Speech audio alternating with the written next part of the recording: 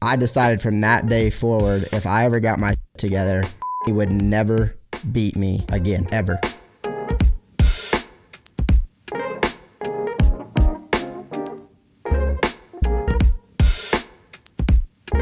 I met a gypsy.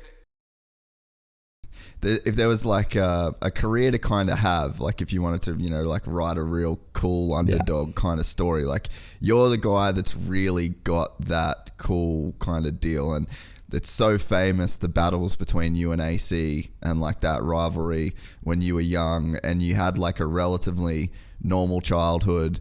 And like you said, that kind of sink or swim on the team. Also just the storybook luck of that Yamaha ending up being like the new pro circuit kind of bike too, like no one saw that coming. I bet you didn't see that coming. And it's like then to be the guy that never really kind of won that much stuff to then just dominating on a lights bike and then, kind of digging your way out of almost like a career ending 450 to like, the start to that 450 career to then being a 2-time and potentially 3-time champ. Like it's a gnarly career that you've kind of found your way into. Yeah, no, it is crazy. Like you said, it was pretty cool. I actually sat next to AC on the plane, headed here actually after Seattle, and we talked for a long time. And that's awesome, dude. Yeah, it was really cool just for us to kind of chat. We chatted about our amateur stuff, and that's where, like you said, I do feel like it's just been a roller coaster of a career, but it's always been a dogfight, and that's just how I've been. I've always had that chip on my shoulder because I had no choice. And that's what we were talking about, just like he had all the shiny PC bikes and was able to be homeschooled and not ride any track in the world. He was riding with Ryan Villapoto and had Monster and all this stuff. And I won my fair share, but definitely he won a lot too. And it was like, even if I beat him, it was like no one really cared. It was like my dad just gave me a pat on the back, like, good job, bud. And then there was maybe an excuse or a reason or whatever. And it was like, but like you said, that was what I told him the other day, dude. I was like, if it wasn't for you, I might not be the man I am today or the rider I am today, because like you gave me that dog, you gave me that, like, I want what he has so bad. And like you said, it evolved to the next level. Like I told him how I begged for a visit with Mitch, and Mitch told me, hey, we got AC, like, thanks, we could maybe put you on the Team Green program and give you a few bikes. But other than that, like, best of luck, man. And, same with Honda, like I was their amateur guy, and I kind of thought like the factory connection thing was a shoe in, and they chose a different rider. And then with Red Bull, like Red Bull really did try hard. Like they brought me to TLD, and it's funny because me and TK are great friends now, but I give him crap all the time because, they let me ride the bike, and I'm pretty sure dude didn't even watch me ride that day. He was just kind of doing it as a favor. And, even KTM, I went in there and begged, and they pretty much told me like, hey, yeah, maybe Orange Brigade, and if you do that route, if you're any good, we can put you on the JDR KTM. And that team folded the next year anyway. Right. I remember that actually. Yeah, so it was like literally my only option was Star, but Bobby had been for 3 years since I was like a 13-year-old just, hey, we want you. And I was like, I respect that and I appreciate it, but with all due respect, like, I don't want to be on Star. Like, I don't want to wear Metal Militia. Yeah. A Metal Militia, and, I think at the time they had won maybe one race or so, and it's like, man, I don't really want that. I'm sorry, Bobby, like, I love your attitude and everything, but like you said, then you look at what actually transpired after that, and I couldn't imagine anything else playing out. Like, the bike was amazing. And I say it all the time, that 2013 bike, before we got this new bike that was unbelievable, even that thing was good.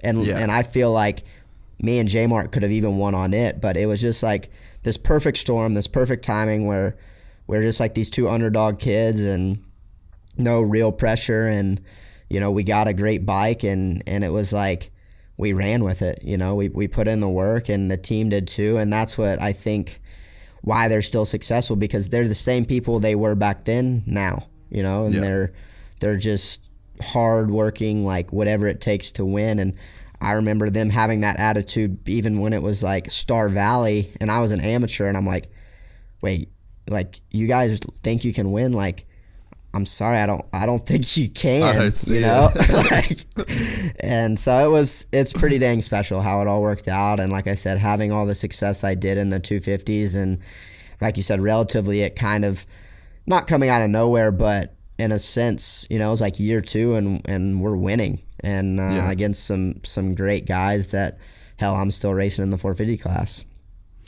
Yeah, man, it was I forgot about the JDR thing. I remember your name was getting thrown around the JDR thing for because it was, I did, basically my contract was up with Honda, and I did the Super Mini KTM deal for a 1-race deal for the Monster Energy Cup. That was like that first year they did it, and KTM was trying to do something with Orange Brigade, and it become like a thing, but it really wasn't. And JDR was like KTM sort of support, and that's where it was like, hey, if you do good, like, we can put you on that team. And then, but like I said, the following year, I think it ended up kind of, I don't know what happened, if it folded or if it just went back to Oz or what, but yeah, it was like, but even at that time, it's like, it was a cool team, but it's like, man, I just busted my balls for years. I don't know if this is really where I want to be, you know, but it all works out for a reason.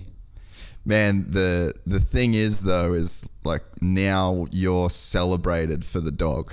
Like, and it's like that's like the thing that almost it's won you races, dude. Like, how many times have you just hunted someone down in the last lap and just took their soul from their body and left them just questioning everything about their life? And that's not like, a bike doesn't do that, you know, talent doesn't. That's just you being a real piece of shit inside. Yeah.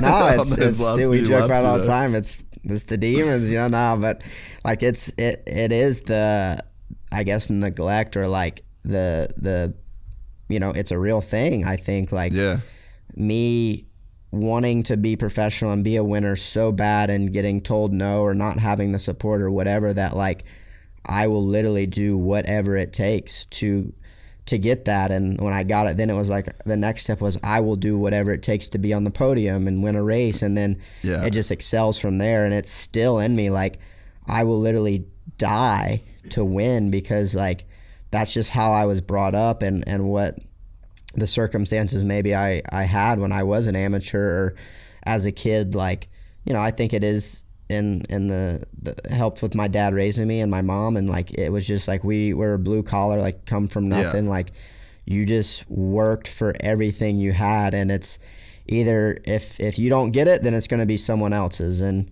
you know, I got taught a long time ago, like, life's not fair, so like, go for it. Like, if whatever you want, you're going to have to work your ass off and achieve. So I think I still carry that in my racing. And like you said, I almost go into this deep, dark place that, you know, it's I don't even know how to put it in perspective, but like, it's just a blackout zone that I will do whatever to win. And you know, sometimes it works, and sometimes it doesn't, but I can always know that I gave it my absolute all, no matter what. And you know, like you said, it's definitely helped define me as a racer and my career.